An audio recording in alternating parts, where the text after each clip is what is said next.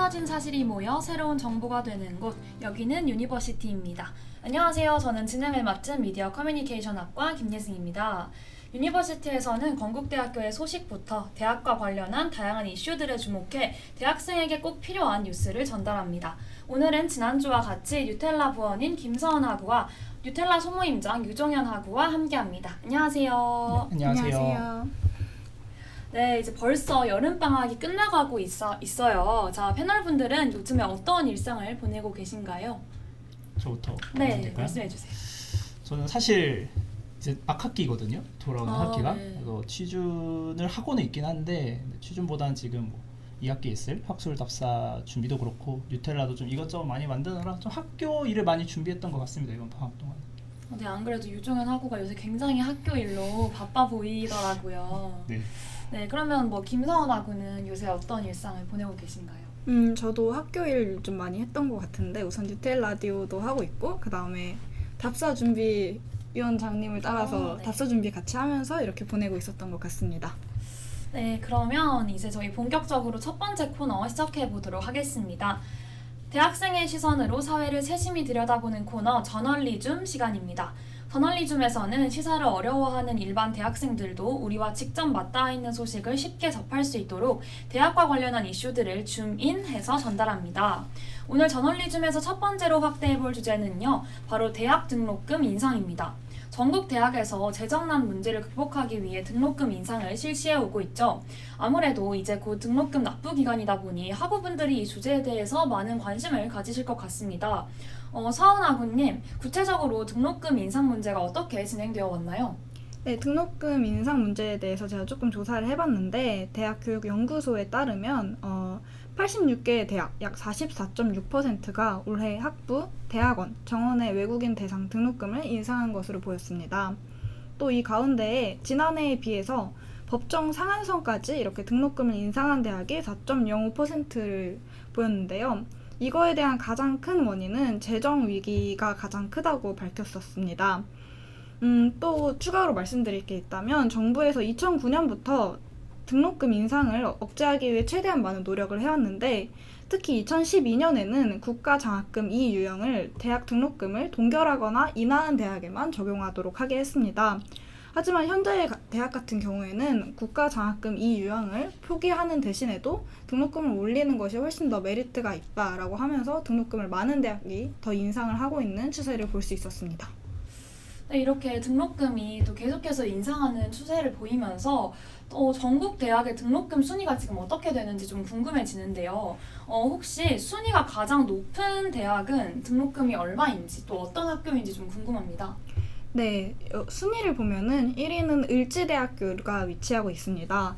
약 평균 등록금이 1,000만 원 정도를 보여주고 있는데요. 하지만 이 순위에서 우리가 살펴봐야 될 것은 1, 2위를 위치하고 있는 을지대학교랑 가톨릭대학교 제2 캠퍼스 같은 경우에 있어서 의학대학이랑 자연과학만 취급하고 있고 다른 인문사회나 예체능, 공학은 다루고 있지 않습니다. 그래서 실질적으로 1위를 하고 있는 대학은 연세대학교라고 말씀을 드릴 수 있겠는데요. 인문사회 같은 경우에 800만 원, 자연과학은 920만 원, 예체능은 950, 공학은 980만 원, 의학은 1,200만 원 정도로 약 평균 등록금이 9,200만 원에 달하고 있습니다. 그러면 혹시 저희 학생들이 가장 궁금해할 문제가 아마도 우리 학교가 전국에서 몇 위 정도를 차지하고 있냐 궁금할 것 같은데 건국대학교의 순위를 알 수 있을까요? 그 전에 한번 유종현 학우님께 질문을 드리고 싶은데 몇 위 할 거라고 예상하세요? 건국대학교가 사실 저희는 이제 문과대가 저희 학교 내에서 그러니까 학교 내에서 문과대가 조금 낮은 편이잖아요. 어려울 것 같은데 그래도 한 10위권? 조금 더 높이 치면 그래도 한 5위권, 중위권, 5위권 안에 이렇게 있지 않을까 이렇게 예상을 해봅니다.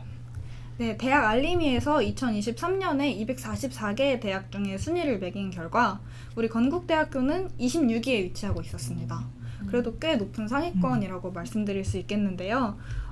인문사회 같은 경우에 680만 원, 자연과학은 810만 원, 예체능은 910만 원, 공학은 920만 원, 의학은 약 1,000만 원 정도로 평균 등록금이 약 800만 원에 위치하고 있었습니다. 건국대학교도 26위 정도면 상당히 높은 등록금을 내고 있다라고 판단이 되는데 또 근데 우리 학교 안에서 이제 단과대별로 전공 분야별로 또 내는 등록금이 다르잖아요.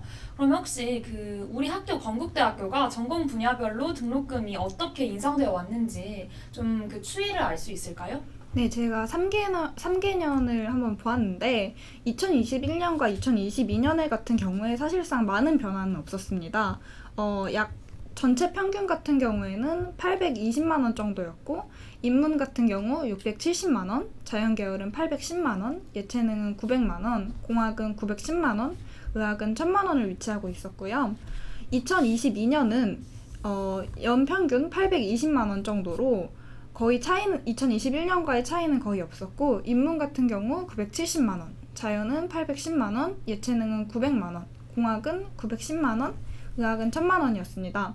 2023년이 되어서 조금의 변화가 있었는데 평균 등록금이 830만 원으로 작년과 비교했을 때 약 100만 원 정도, 약 10만 원 넘게 올랐다고 볼 수 있었습니다. 인문 같은 경우 680만 원, 자연 같은 경우 810만 원, 예체능은 910만 원, 공학은 920만 원, 의학은 약 1000만 원을 보여주고 있었습니다. 그러면 지금 등록금이 아무튼 2022년에서 2023년으로 넘어가면서 어느 정도 인상이 된 거잖아요. 그러면 학생들이 등록금을 내는 부담을 확실히 느낄 것 같긴 한데, 혹시 뭐 학우분들께 좀 패널분들께 제가 물어보고 싶네요. 유정현 학우는 지금까지 등록금을 내면서 좀 그런 부담을 몸소 실감하신 적이 있었는지 좀 궁금합니다. 이게 저희가 그래도 최소한 우리 학교 같은 기준을 하면 한 300만 원 최소. 그러니까 저희 단과대 같은 경우가 300만 원대니까 그리고 공대나 그런 분들 더 높으시죠. 그런 거 했을 때 이게 한 학기는 그렇죠. 아무튼 4년제라는 특성상 이걸 8번 내는 건 기본이라는 말인데 그렇게 생각하면은 특히 이제 사회 초년생인 20살 초반대 저희한테는 정말 크게 다가오는 돈이 아닌가. 그리고 대부분이 보통 이제 부모님한테 의존을 하는 경우가 많기 때문에 좀 심리적으로 그렇게 유쾌하진 않을 것 같아요. 딱 그거 다가오는 인상은 아무래도. 네, 그러면 이제 저희도 다 지금 학교를 다니고 있는 재학생으로서 등록금을 많이 내지만 또 그만큼 학교에서 존재하는 장학금 제도가 있잖아요.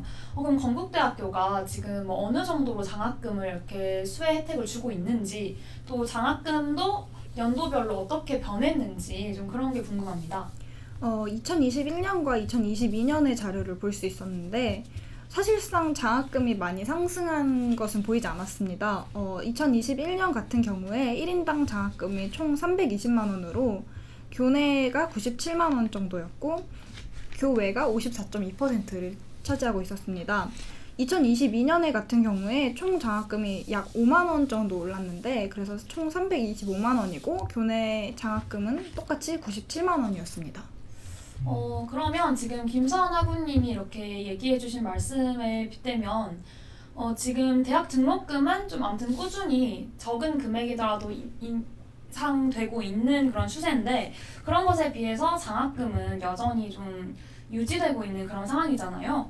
그러면 그만큼 전국적인 대학에서 이 등록금에 대한 의존율이 굉장히 높은 상태다라고 판단이 되는데 제가 최근에 그럼에도 불구하고 또 오히려 대학교에서 적립금은 오히려 늘고 있다라는 그런 기사를 본 적이 있습니다. 이에 대해서 혹시 좀 자세하게 설명을 해주실 수 있을지 궁금합니다. 네, 대학별로 등록금 의존율이 높다는 것은 대학의 재정이 그리 넉넉하지는 않다는 것을 의미하는데요. 대학의 재정이 넉넉하지 않은 것에 비해서 앞서 말씀해 주신 것처럼 모아둔 대학의 돈이 오히려 많아지는 경우도 많이 있습니다. 이런 대학의 비상금을 적립금이라고 말하는데요. 대학에서 등록금 인상을 외치면서 정작 적립금은 늘고 있는 모호한 상황입니다. 실제로 적립금이 늘고 있는 대학의 사례가 굉장히 많은데 제가 찾아본 기사에 따르면 4년제 대학 4곳 중 3곳은 적자 운영을 말했지만 실제로는 사립대 52.7%가 적립금이 늘었습니다. 실제 적립금 100억 원 이상의 4년제 대학 순위를 보면 건국대학교도 위치되어 있는데 과연 몇 위에 위치되어 있을 거라고 예승님은 생각하세요? 적립금이요? 네. 아무래도 이제 건국대학교가 돈이 많은 학교다라는 그런 약간 소문 같은 소문이 있잖아요. 그렇기 때문에 좀 굉장히 상위권이지 않을까라고 예상을 합니다. 건국대학교가 약 29위로 100위 기준으로 봤을 때 상위권에 위치하고 있었습니다. 이러한 것을 살펴보았을 때 대학생들의 부담이 더 늘고 있고 실질적으로 어떻게 사용되고 있는지 더 좀 투명하게 봐야 될 것 같다고 생각합니다. 사실 그러면은 이제 등록금은 인상이 되는데 그에 비해서 적립금이 또 계속해서 늘고 있다. 그 말은 그만큼 대학에서 이 재정 운영이 좀 투명하지 않게 운영되고 있다라는 뜻으로 봐야 되겠죠. 그러면 이제 패널분들은 이런 등록금 인상 그리고 이런 대학의 재정 운영에 대해서 어떻게 생각하시는지 유정현 학우님의 생각이 궁금합니다. 방금 진행자분께서 사실 잘 말씀해 주신 부분인 것 같은데 저희 학교 뭐 등록금 순위나 적립금 같은 것도 이제 서원하고가 잘 말씀해 주셨는데 저는 가장 중요한 거는 그 문제에 있어서 얼마나 학생들이 체감할 수 있느냐인 것 같아요. 그러니까 등록금이 어떻게 다가오느냐 혹은 장학금이나 그런 적립자라든지 그런 것들이 얼마나 학생들에게 돌아오느냐인데 개인적으로 생각하기에는 우리 학교가 그런 체감 부분에서 많이 떨어지지 않나라는 생각은 듭니다. 에브리타임에서나 그런 반응들을 봤을 때 또 저희 학교가 인식이 또 그 사립대학 중에서 사실 그 사립대학 중 수익이 굉장히 높은 학교에 속해요. 그렇죠. 아무래도 위치도 그렇고 우리가 알고 있는 건국유도 그렇고요. 여러모로 그런데 그런 부분에서 좀 학생들이 많이 조금 체감을 못하고 있기 때문에 저는 좀 다른 해결 방안이 좀 저희 필요하지 않을까. 저희 건국대학교만큼은 그렇게 생각합니다. 그러면 패널분들이 생각하시기에는 이런 아무튼 등록금은 학생들이 또 체감하는 거랑 다 맞닿아 있다 보니까 어떻게 이 문제를 좀 해결해 나가면 좋을지 또 그런 생각이 있으신지 어떤 해결 방안이 좋을까요? 두 가지로 나눠볼 수 있을 것 같아요. 그러니까 직접적으로 체감을 늘리는 방법은 이게 어떻게 쓰이느냐를 우리가 좀 더 쉽게 볼 수 있는 방법이 필요하다고 생각을 해요. 그러니까 우리가 등록금을 가지고 물론 이제 정보공개 청구 제도를 통해 가지고 대학교 나름대로 뭐 총장님의 업무 추진비를 어떻게 사용되는가 이런 걸 볼 수 있지만 그와 별개로 우리한테 어떤 식으로 돌아오는가 이런 걸 좀 더 투명하게 그러니까 접근성 있게 확인할 수 있도록 대안을 마련하는 게 학생들도 뭔가 설득력을 가질 수 있을 것 같고 이런 게 오히려 공개가 돼야 학교 차원에서도 어느 부분에 이제 우리가 조금 재정이 힘드니 이런 부분에서 좀 늘릴 필요가 있겠다 이런 식으로 저는 건설적으로 얘기한다고 하면은 저는 좀 더 건전한 방식으로 만약에 인상이 된다 하더라도 그렇게 된다고 생각하고요. 두 번째는 사실 타 대학 사례인데 이게 굉장히 이제 올해 이슈가 됐었어요. 올해 초에 세명대학교가 전국 대학교 최초로 등록금 책임 환불제를 도입했습니다. 이게 뭐냐면은 이제 신입생들이 처음에 들어올 때 등록금을 내잖아요. 근데 입학한 뒤에, 그러니까 신입생이 입학한 뒤에 교육에 불만족해서 자퇴를 하면은 해당 학기의 등록금을 100% 환불해 줍니다.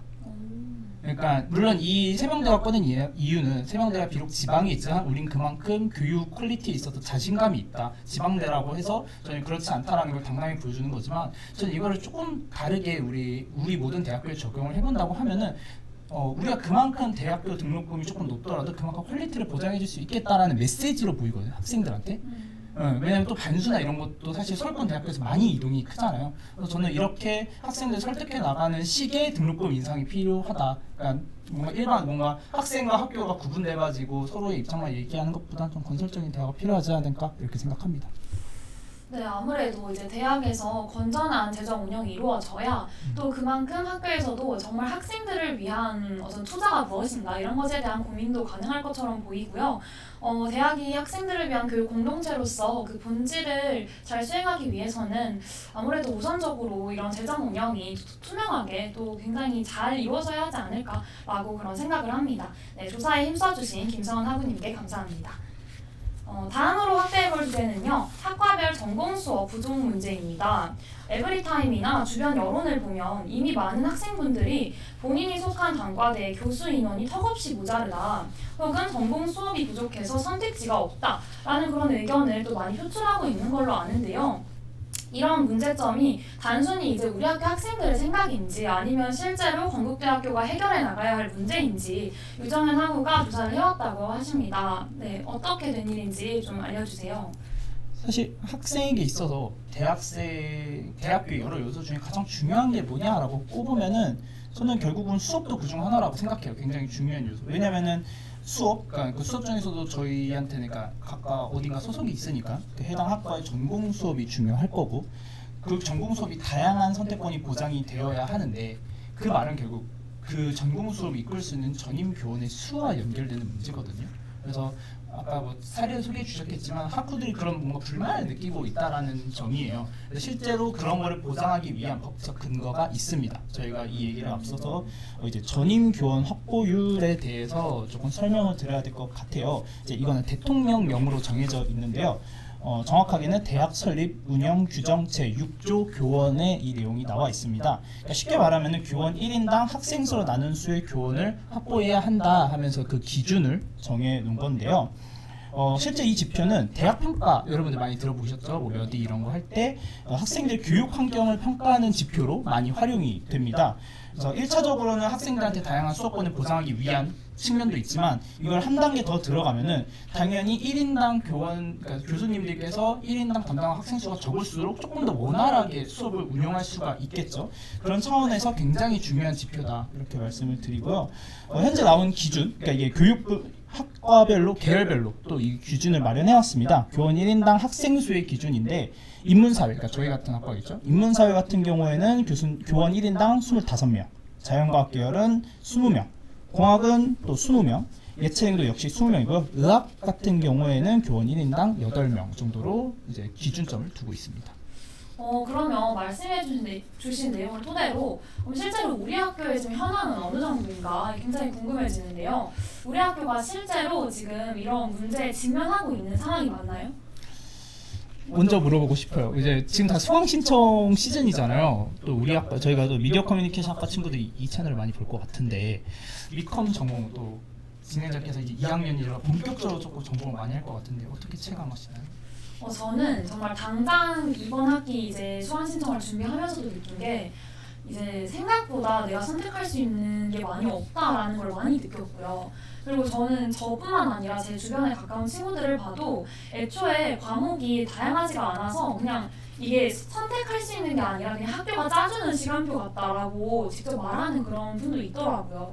저는 그래서 실제로 이 문제가 좀 모든 학생들이 실감하고 있지 않나라고 생각을 합니다.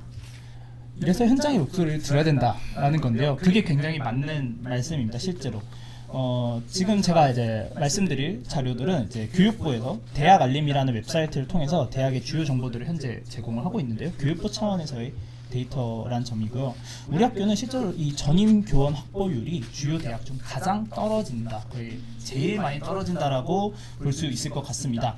2023년 올해 기준 우리 학교의 전임 교원 1인당 학생 수는 34.61명으로 되어 있고요.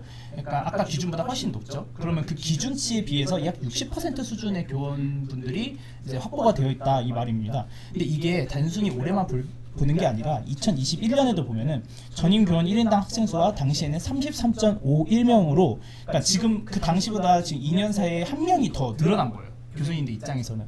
그렇기 때문에 점점 악화가 되고 있는 추세다라는 점에서 우리 대학생들이 조금 더 주목할 필요가 있지 않나 생각이 들고요. 사실 이런 체감을 김재성하고나 김선하고만 느끼는 게 아닐 것 같아요.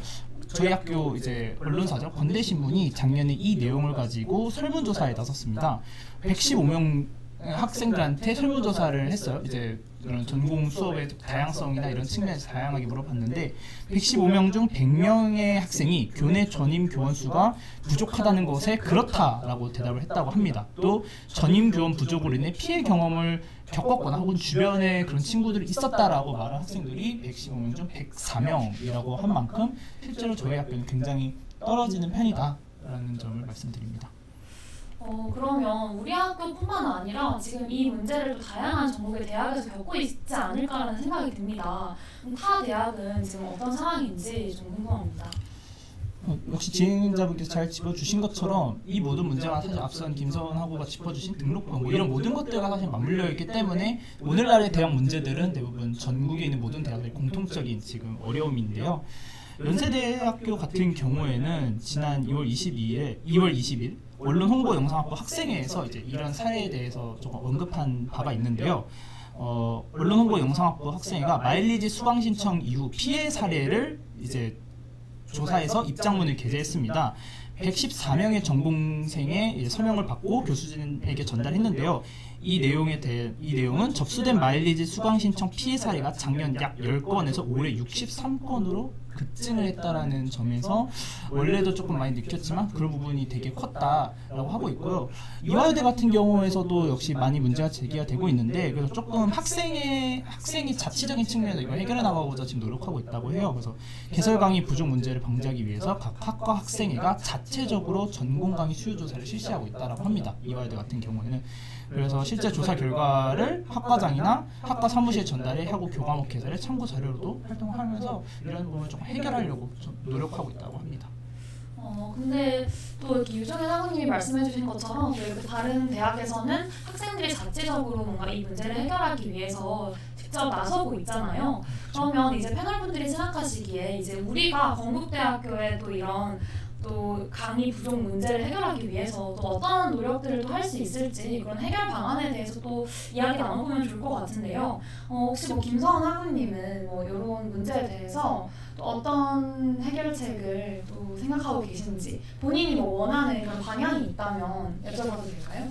우선 원하는 방향성에 있어서는 우선 교수님들이 더 많이 하셔서 학생들이 듣고 싶은 수업을 좀 더 다양하게 듣는 것이 가장 큰 원하는 방향일 것 같고, 이걸 위해서는 사실 좀 유토피아적인 말일 수 있는데 학교에 우선 학생들의 의견을 좀 강력하게 어필하는 게 제일 중요할 것 같습니다. 학생들이 한다고 해서 이게 가능한 문제가 아니고 우선 학교가 들어줘야 되는 문제이기 때문에 학교에서 학교한테 학생들이 얼마나 원하는지 이런 것들을 많이 입장을 말해주는 게 좋을 것 같습니다. 네, 유정현 학우님은 어떻게 생각하시나요? 방금 김서원 학우님께서 말씀해 주신 게 정말 중요한 부분이에요. 그러니까 사실 등록금 문제라고 하면은 학생들이 많이 그러니까 내가 정말 바꿀 수 있을까? 이런 생각을 많이들 해요. 내가 주체임에도 불구하고. 또 저 이 보고 있는 제가 좀 학번이 높지 않습니까? 그러니까 여러분한테 조금 도움이 될 만한 실제 사례를 하나 갖고 왔어요. 바로 우리 미디어 커뮤니케이션 학과의 2018년 학생회를 소개해드리고 싶은데요. 당시에 저희 학과가 정원의 입학생 문제로 정말 그러니까 저희 학과가 좀 많이 학생들이 힘들어했습니다. 정원의 입학생이라는 것 자체가 카운팅이 되지 않기 때문에 그거에 따른 교원 문제는 이런 교원 비교할 때 수에 실질적으로 들어가지 않는, 그러니까 실질적으로는 많은데 형식상에 반영이 안 되니까 학생이나 교수나 많이 피해를 봤었고요. 그래서 당시에 저희 학과 학생회장님께서 이 문제를 제기를 했고, 실제로 지금은 여러분들이 그런 부분에서 많이 해소가 된 부분이 있는데, 저는 그런 측면에서 우리 학생들이 많이 목소리를 내야 된다 생각하고요. 또 동시에 중요한 문제는 이 문제를 교수와 학생의 대결 구도로 전 보면 안 된다. 혹은 학교와 이 학교 소속 구성원들의 대결 구도로 전 보면 안 된다라고 생각을 해요.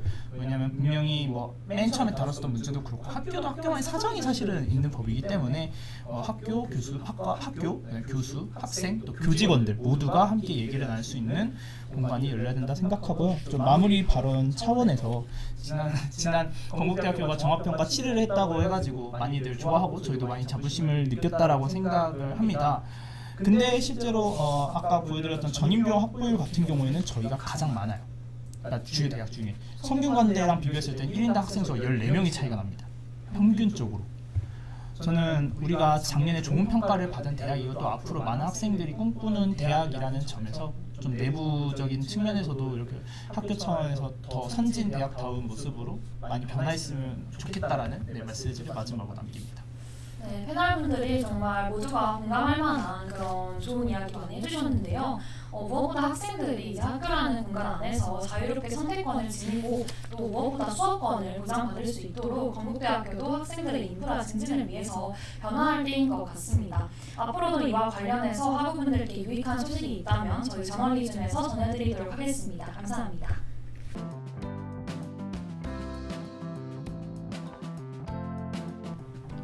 요즘 대학생 뭐가 그렇게 고민이야? 혼자 하면 머리 아픈 고민들도 슬기롭게 공유하자. 대학생이라면 누구나 한 번쯤 가져봤을 고민들을 이야기하는 시간, 슬기로운 건대생활 코너입니다. 오늘은 다가오는 수강신청 기간을 맞아 선배님과 후배님 모시고 수강신청에 대한 이야기 나눠보도록 하겠습니다. 오늘은 뉴텔라 부원인 김서원 학우와 뉴텔라 소모임장 유종현 학우와 함께합니다. 안녕하세요. 네, 안녕하세요. 안녕하세요. 네, 아까도 인사를 했긴 하지만 그래도 이번에는 또 선배님과 후배님 선배님으로서 모신 것이기 때문에 새롭게 인사를 한번 해봤습니다. 자, 2학기 수강 신청이 촬영일 당일 8월 14일부터 시작해서 8월 18일까지 4학년부터 순차적으로 진행될 예정이죠. 자, 많은 학우분들이 수강 신청을 앞두고 많은 걱정을 하고 계실 것 같은데요. 유종현 선배님이 오늘 또 벌써 4학년 수강 신청을 하고 오셨잖아요. 오늘 수강 신청 또 어떻게 잘 되셨나요? 이런 말을 어떻게 생각하실지 모르겠지만 저는 1학년 때부터 한 번도 올크를 놓친 적이 없습니다. 거짓말 하지 마세요. 우와. 아니, 그러니까 1순위를 못 잡아도 그 제가 마련해놓은 그 B안 이런 거 다 적잖아요. 네. 혹시 이거 놓치면 뭐 하겠다. 저는 그 안에서 항상 다 해결했기 때문에 이번에 제가 막학기라서 수업을 2개만 들으면 되거든요. 2개는 쉽게 가볍게 성공하고 왔습니다. 그러면 이제 유종현 선배님이 또 올크를 하셨다고 하니까 우리가 그럼 수강 신청 때 고려해야 할 사항으로 또 여러 가지가 있잖아요. 또 패널분들이 좀 이런 거는 학우분들이 꼭 이렇게 알아놓으시면 좋을 것 같다 싶은 그런 사항들이 어떤 것들이 있을까요? 기본에 충실해라. 그러니까 왜냐면은 저는 그거 같아요. 속도전이잖아요, 사실은. 그러니까 제일 중요한 거는 첫 클릭일 거고, 그러니까 시간에 맞춰서 하는 첫 클릭이 중요하고, 저는 사실 그것보다 더 중요한 거는 그 뒤에 나머지를 어떻게 처리하냐 같아요. 그러니까 당황하지 않고 이번 이제 순서를 해서 4개를 넣어야 된다. 네. 그러면 1번, 2번, 3번, 4번 자기만 순서가 있을 거 아니에요. 결과가 어찌됐든 4번까지 밀고 가고 4번이 끝났을 때 만약에 그 결과에 따라서 그 다음 대처까지, 그러니까 MBTI상 제2의 영역이 필요한 게 아닌가. 저는 그게 가장 기본이자 최대한 많은 거를 초반에 확보하는 거, 그게 중요하다고 생각하고, 사실 이 영상이 뭐 언제 올라갈지 모르겠지만 금요일이 전체 수강 신청이죠. 이번 주 금요일이. 그런가요? 아니지 이번 주 않나요? 금요일 1학년 1학년 네. 전체 수강 신청이 다음 다음 주. 주 네. 8월 23일이요. 그러면은 이 영상을 꼭 보겠지만 전체 수강 신청은 존버입니다. 이게 어떻게든 자리가 나요. 진짜 여러분들 어떤 꿀 수업도 한두 자리는 무조건 비고, 요즘 또 그 매크로 방지 때문에 바로바로 맞아요, 안 맞아요. 되고 시간 있잖아요. 여러분들 계속 붙들고 계십시오. 자, 언젠간 옵니다. 자, 이건 진짜 꿀팁. 제가 이걸로 다 잡았어요. 항상. 그러면은 혹시 뭐 서은아구님은 어떤 수강 신청 꿀팁이 있는지. 우선 수강 신청은 사실 제가 생각을 해봤는데 그 많은 분들이 PC방을 가시잖아요. 네, 맞아요. 사실 그거에 많은 영향을 그냥 소신 발언을 하자면 그렇게까지 많이 받는 것 같진 않습니다. 저도 안 가요. 네, 저도 그냥 항상 노트북으로 하는 것도 나쁘지 않고 그냥 속도. 네, 누가 뭐라 해도 속도가 제일 정석적으로 하는 게 제일 맞지 않나라고 생각을 합니다. 근데 사실 저는 이제 지난 학기 처음 근데 김선하고도 전 대학에 있으니까 네. 아무튼 뭐 지난 학기 기준으로 성과가 어땠습니까? 지난 학기에 네, 처음이라고 가정하면은 우선 과연 꿀팁을 줄 만한 사람인가? 제가 참 아이러니하게도 제일 처음에 누른 것 빼고 다 성공했습니다. 우와, 그것도 쉽지가 않은데. 되게 특이한 경우네요. 그래서 처음에 이걸 꿀팁을 하나 드리자면 처음에 누른 걸 실패하고 제가 멘탈이 사실 많이 나갔지만 그거에 굴하지 않고 나머지를 다 눌러서 결론적으로 나머지를 다 담고 그렇게 해서 어느 정도는 성공을 했는데, 그래서 멘탈 나가지 않고 원래 하던 대로 하는 게 제일 좋은 것 같습니다. 저 궁금한 김예성하고는 네네. 수강 신청 어디서 해요? 저는 항상 PC방에 가서 했었던 것 같은데, 약간 제가 아까 이제 유종현 선배님과 이제 서은 후배님이 말씀해주신 걸 다 못 지킨 사람이에요. 저는 지금까지 거의 1학년 1학기 수강 신청 말고는 다 실패를 했던 사람으로서 딱 하나가 막히니까 당황을 해서 제가 다 안 되더라고요. 저는 그래서 이런 산전수전을 다 겪은 제가 해줄 수 있는 꿀팁은 이제 좀 현명하게 나의 이런 당황함을 대처해줄 수 있는 사람이랑 같이 가라. 그러면 옆에서? 네. 그러면 제가 이제 막 어리버리타고 있을 때 옆에서 정신 차리라고 이렇게 해주더라고요. 그러고 자기가 좀 해주기도 하고, 저는 그렇게 좀 다른 분들의 도움을 많이 받았던 것 같습니다. 거기에 포인트는 학년이 달라야 됩니다. 아. 두 명의 학년이 같으면 서로 못 도와줄 확률이 높기 때문에. 음. 그래서 저는 왜 개인적으로 PC방을 안 가는 거 같냐라고 하잖아요.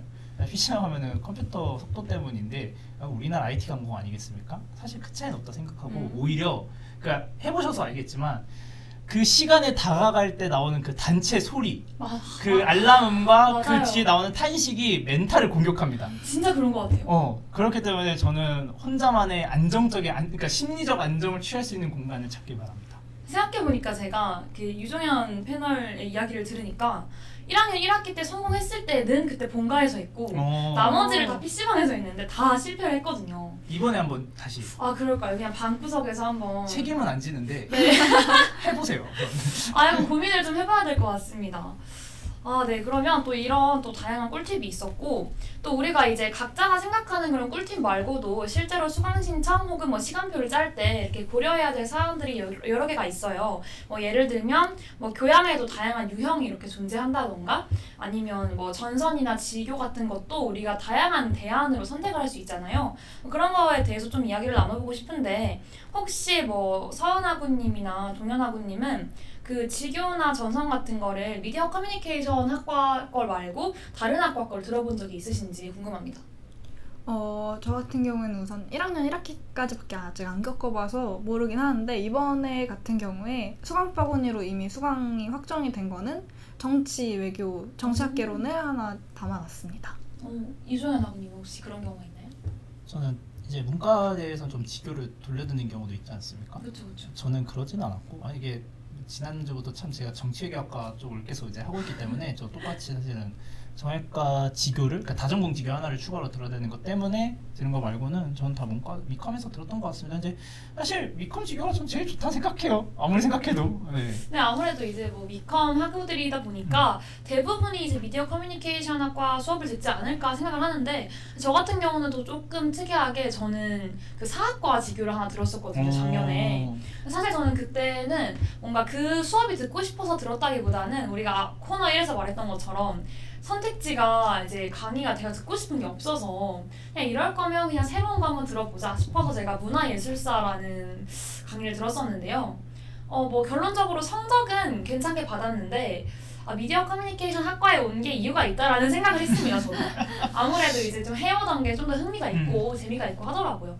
또 학우분들이 근데 또 본인의 그런 관심 분야를 잘 생각을 하셔서 또 새로운 단과대 안에서 다른 거 한번 들어보시는 것도 나쁘지는 않겠다라는 생각이 들고, 또 우리가 이제 추가 학점에 대해서 또 이야기를 나눠보면 좋지 않을까 싶어요. 그 유종현 학우는 혹시 지금까지 이제 여러 학기 수강하시면서 추가 학점 실제로 그 해보신 적 있으신지 궁금합니다. 우선은 다전공을 하면은 무조건 1학점이 들어갑니다. 제가 알기로는 다전공하면은 1이 추가되는 걸로 알고, 저 정확하게 이제 뭐 뭘 하면 몇 점인지 모르겠는데 성적이랑 그 다음에 다전공을 하면은 전 항상 그래서 다전공을 2학년 바로 시작했기 때문에 전 계속 20학점으로 계속 들어왔어서 그래서 좀 많이 들었던 것 같아요, 계속. 그러면 혹시 김서은 학우는 이제 앞으로 이제 1학년 2학기를 수강하실 계획이잖아요. 앞으로 이제 항상 우리가 학생들이 하는 고민이 뭐 추가 학점을 성적을 잘 받아서 받거나 해도 그 학점을 꽉 채워서 들을지 아니면 그냥 본인이 할 수 있는 정도로만 들을지가 고민일 것 같은데, 서은 학우는 만약에 뭐 성적 그런 걸로 추가 학점을 받게 되신다면 또 학점을 꽉 채워 들을 그런 의향이 있으신지. 우선 지금 저 1학년 같은 경우에 문과대는 최대가 19학점으로 알고 있는데 저는 이번에 19를 우선 최대한 채웠고요. 앞으로도 쭉 채워서 들을 것 같고, 그 다음에 그런 말이 있더라고요. 이렇게 좀 학년이 낮을 때 좀 채워서 들어야지 고학년에 갔을 때 좀 편해진다 라는 말이 있기 때문에 아마 꽉 채워서 들을 것 같습니다. 정말 맞는 말입니다. 네. 안 그래도 많은 선배님들이 그렇게 말씀을 하시더라고요. 최대한 저학년일 때 할 수 있는 만큼 다 해놓고 고학년 때 부담을 줄여라 이런 말 저도 많이 들었습니다. 좋습니다. 그러면 이제 저희가 또 수강 신청을 주제로 하는 김에 이 내용이 빠질 수가 없을 것 같아요. 각자가 생각하는 꿀 교양 어떤 것들이 있는지 한번 추천해보는 시간을 가져볼까 합니다. 먼저 유종현 학우부터 후배들에게 추천하는 이것만은 꼭 들어야 한다 싶은 그런 과목이 있을까요? 사실 그러니까 저는 꿀 교양의 정의가 조금씩 전 다 다르다고 생각을 해요. 우선은 두 분께서 생각하실 꿀 교양은 좀 어떤 것 같아요? 왜냐면 좀 들어보고 싶어가지고 후배님들이 생각하신 꿀 교양은 어떤 느낌인가? 저는 그 수업 같은 경우에 뭐 과제가 없고 이런 꿀 교양들도 꿀 교양이라고 할 수는 있겠는데, 결론적으로 저는 마지막에 봤을 때 결과가 좋아야지 모든 기억들이 좀 미화가 되는 그런 것들이 있더라고요. 그래서 제 꿀 교양은 성적을 좀 잘 주시는, 그러니까 플러스를 잘 붙여주시는 그런 수업이 꿀 교양이라고 생각을 합니다. 저 같은 경우는 서은아버님이랑 조금 생각이 다른데 제가 그 두 가지를 다 들어봤어요. 일단 좀 그냥 명강의로 소문난 그런 교양도 들어봤고 그냥 성적 잘 주는 걸로 유명한 그런 교양도 들어봤는데 저는 개인적으로 성적을 잘 받는 강의도 당연히 결론적으로 좋지만 일단 그 내용 자체가 뭔가 저한테 유익하다고 느껴지고 아 대학 다니면서 이런 수업은 한 번쯤 꼭 들어볼 만한 가치가 있다 라고 느껴지는 수업이 저는 제가 한 학기가 끝났을 때 되게 보람차고 아 남들한테 추천해주고 싶다 이런 생각이 들더라고요. 저는 그래서 개인적으로 꿀강의가 뭐 서은아부님이 말씀도 맞지만 좀 우리가 배울 만한 가치가 있는 걸 배우는 수업이 아닐까라고 생각을 했습니다. 그 모든 거를 합쳐서 있는 강의가 있습니다. 오. 제가 오늘 갖고 온 건 약간 그런 강의입니다. 저는 정말 좋은 강의라고 생각해요. 그러니까 부족함이 없습니다.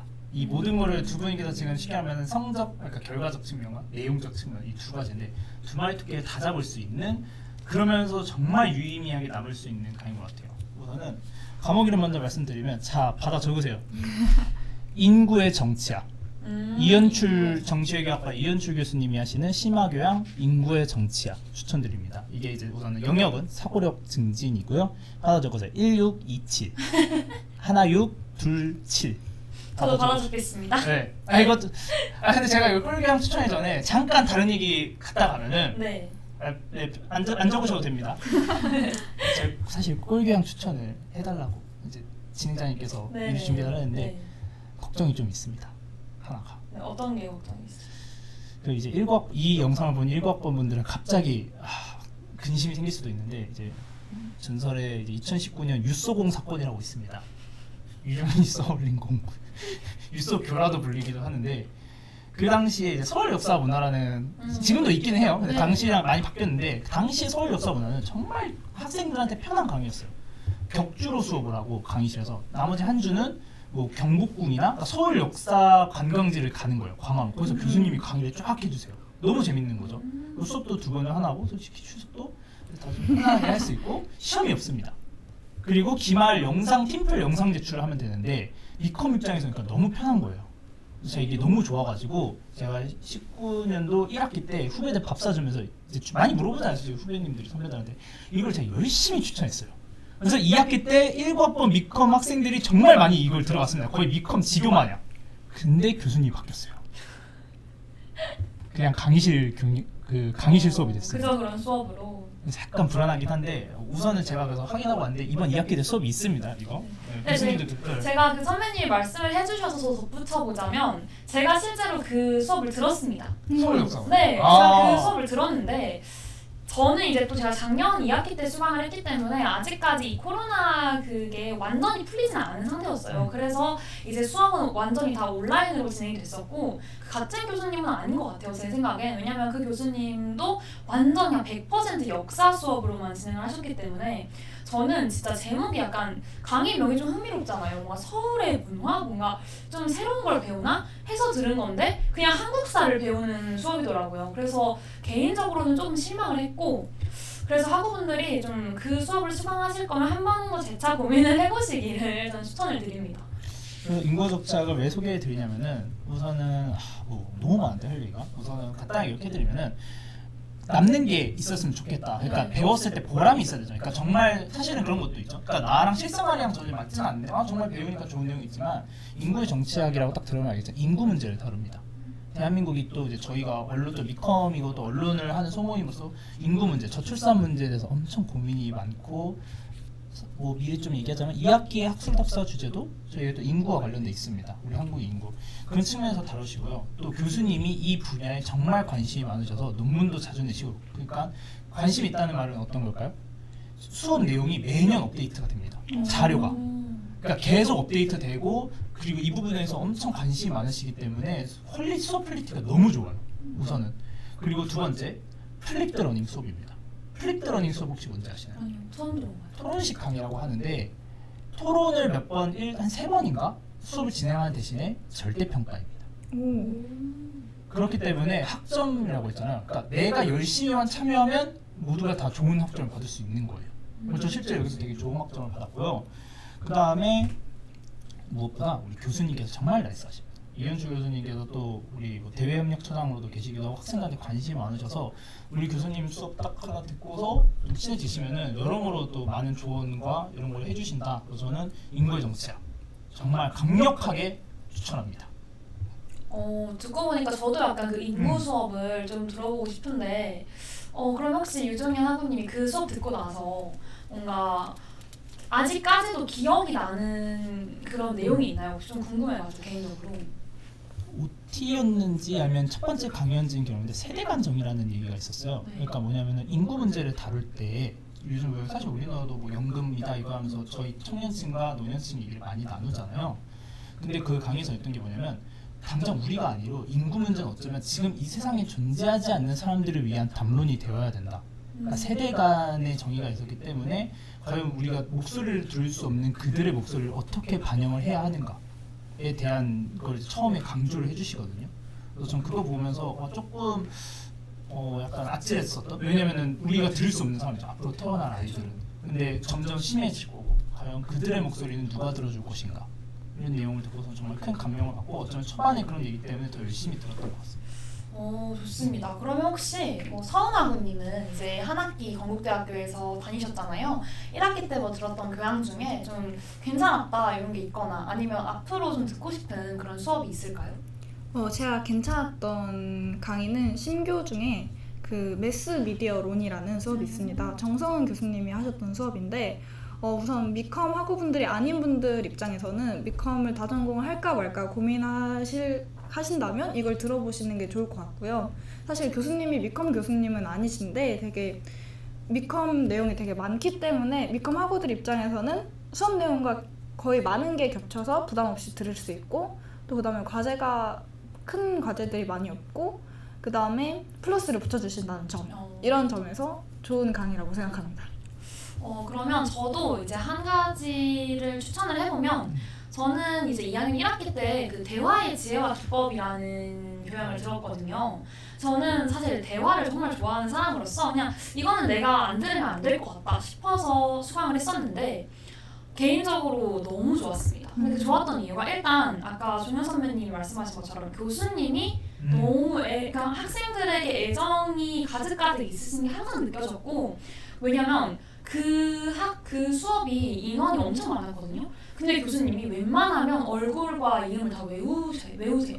그거부터가 일단 학생으로서의 감동이었고 교수님이 정말 이 수업을 열정적으로 임하시는구나 라는 게 느껴졌었고 그리고 이제 매 차시마다 애초에 이 수업은 수업의 개념보다는 정말 대화를 하러 가는 자리입니다. 그래서 매주 조별 활동을 하거든요. 매주 특정 주제를 놓고 조원들하고 대화를 해야 하고 매주마다 발표를 합니다. 그래서 아마 거기 수업을 수강하신 모든 학생분들이 한 번씩은 다 발표를 했던 것 같아요. 그래서 본인이 어떤 학과에 어떤 누군지도 소개를 하고 또 그 주제에 대해서 조원들의 의견을 정리해서 말하는 그런 발표를 매주마다 진행하는데 저는 그 수업하면서 개인적으로 또 재밌는 분들과 이렇게 인연이 생긴 것도 개인적으로 좋았고 또 그런 대학이라는 공간에서 그런 열린 수업을 경험했다는 것 자체가 뭔가 이런 걸 하려고 우리가 대학을 오는 게 아닌가라는 그런 생각을 했던 것 같아요. 그래서 특히 우리 또 미디어 커뮤니케이션 학우분들은 좀 활발하고 또 이런 말하고 표현하는 거에 있어서 관심이 많으신 분들이 많을 것 같아서 또 미컴 학우분들께 이 대화의 지혜와 기법이라는 강의를 꼭 추천드리고 싶습니다. 실무적인, 그러니까 실무랄까? 그러니까 이런 공부가 아니라 그렇게 액션으로 한다 해야 되나? 그런 네. 강의들이 참 귀한데 맞아요. 재밌어요. 맞아요. 네, 저도 그래서 이렇게 꼭 우리가 뭐 본인의 관심 분야와 직접적으로 관련되어 있는 걸 듣는 것도 당연히 좋지만 저는 개인적으로 이제 우리가 사실 그런 공부들은 전공에서 많이 접하잖아요. 그래서 교양만큼은 좀 얕게라도 좀 평소에 관심이 있었던 자잘자잘한 그런 분야들 한 번씩 이렇게 좀 찍먹해보고 저는 그런 의미에서 또 교양 수업을 듣는 게 의미가 있다라고 생각을 하거든요. 네, 그래서 또 우리 패널분들과 또 제가 추천해드린 그런 과목들 또 시청하고 계신 분들이 잘 기억을 해주셔서 또 다음에 활용을 하시면 좋겠고 그러면 마지막으로 또 유정현 선배님이 이제 곧 정말 졸업을 앞둔 선배님으로서 우리 이제 학우분들께 이렇게 지금까지 이렇게 학교 생활을 해보니 뭐 수강 신청이든 뭐 시간표를 짜는 거든 그런 수업 관련된 걸 준비하는 거에 있어서 이것만큼은 꼭 유의해 주는 게 좋겠다 싶은 그런 게 있을까요? 우선은 이 영상이 올라가 시의성을 따지면 수강 신청 꿀집이 있을 거거든요. 앞에서 많이 얘기했으니까 하나만 더 하자면은 네. 물론 책임은 안 집니다. 저는 어느 정도의 예측샷이 필요하다. 그러니까 시간을 우리 인간이 반응 속도가 제가 내가 눌러라고 하고서 손가락이 누르는 데까지 0. 몇 초가 걸리거든요. 그래서 저는 항상 어떻게 하면 뭐 요즘은 그 수강 신청 사이트에도 시간이 뜨지만 또 여러분들 각자 뭐 네이비즘이나 타임시커라든지 띄워놓고 하잖아요. 이렇게 네네. 올려놓고 저는 그거를 한 10초 전부터 예측을 합니다. 그러다가 때 할 때 보고 하는 게 아니라 그 타이밍에 맞춰서 그냥 눌러요. 그러니까 보고 누르지 않아요. 시계를 보지 않고. 저는 예측을 해서 정각이다 하고서 그냥 저 눌러요. 근데 이거 위험해 보이잖아요. 네. 근데 생각보다 제가 그 눌러야지 하는 순간 이미 시간이 지나가고 있기 때문에 그게 저는 항상 첫 번째 강의, 특히 김선아가 잘 들으세요. 첫 번째 걸 놓쳤다고 하니까 첫 번째 건 무조건 잡습니다. 예측샷으로 하면은 물론 이제 조금의 약간 이제 이 반동 10초 전부터 약간 이렇게 하는 거 저는 이런 거 추천드리고요. 전반적으로 봤을 때는 저는 그거 같아요. 이 시간표가 뭐 공강 사이가 몇 시간이면 좋냐, 아니면 꼭 억지로 시간표 몰되 헤르미온느가 되는 한이 있더라도 공강은 무조건 하루를 만드는 게 좋냐, 완전 풀공강으로 그런 게 있는데 저는 그런 것도 각자의 성향인 것 같고 저는 그 시간표가 본인에게 어떤 의미를 주는지가 좀 중요한 것 같아요. 그러니까 이 강의가 단순하게 그러니까 뭐 물론 이제 본인이 정말 편한 걸 듣고 싶다 하면 이 강의 시간표가 본인한테 주는 의미가 이번 대학생활도 조금 여유 있게 무리하지 않고 라는 게 나왔으면 좋겠고 남는 게 많았으면 좋겠다고 하고들한테는 그 시간표에 봤을 때 정말 올해 이번 학기 탄탄하게 남을 게 많겠다. 혹은 뭐 일정이 많으신 분들 혹은 대학 말고도 또 다른 관심사들이 많은 분들이 있잖아요. 그런 걸 위한 충분한 내 취미나 나의 자기개발 시간을 확보하고 싶다. 그러니까 그런 뭔가 본인한테 남는 메시지가 수강 신청이 끝났을 때 남아있기를 전 조금 바랍니다. 그게 대학 한 학기를 건강히 보내는데 생각보다 첫 출발로서 중요하지 않을까 그렇게 생각합니다. 네, 또 유종현 학우님이 또 후배들에게 굉장히 좋은 그런 의견들, 조언들 많이 주셨습니다. 그러면 저희 오늘 이렇게 선배님과 후배님 모시고 같이 대화 나눠봤는데요. 오늘 또 우리 다양한 주제를 가지고 이야기를 해봤어요. 오늘 또 2회차를 진행하면서 또 소감이 어땠는지 간략하게 서원아 군님부터 좀 한마디 부탁드립니다. 우선 수강 신청을 금요일에 앞둔 사람으로서 되게 많은 조언을 얻고 간 것 같아서 감사했고 그 말씀하신 것처럼 반동을 가지고 한번 이번에 예측을 해보도록 하겠습니다. 무섭다. 네, 정연아 군님은 또 정말 마지막으로 또 한마디 오늘의 소감을 말씀해주세요. 영상을 보시고 좀 저 말고 또 다른 하고 좀 다양성 높였으면 좋겠다. 저 지난주에서 지금 저희 모든 컨텐츠에 지금 출연하고 있거든요. 고급 인재이시기 때문에. 그래서 정말 수강 신청을 사실 18학번이 하는 게 맞나 생각이 들지만 좀 아무튼 그거 많은 도움이 됐으면 좋겠고 다들 성공하시기를 울끌하시길 응원하겠습니다.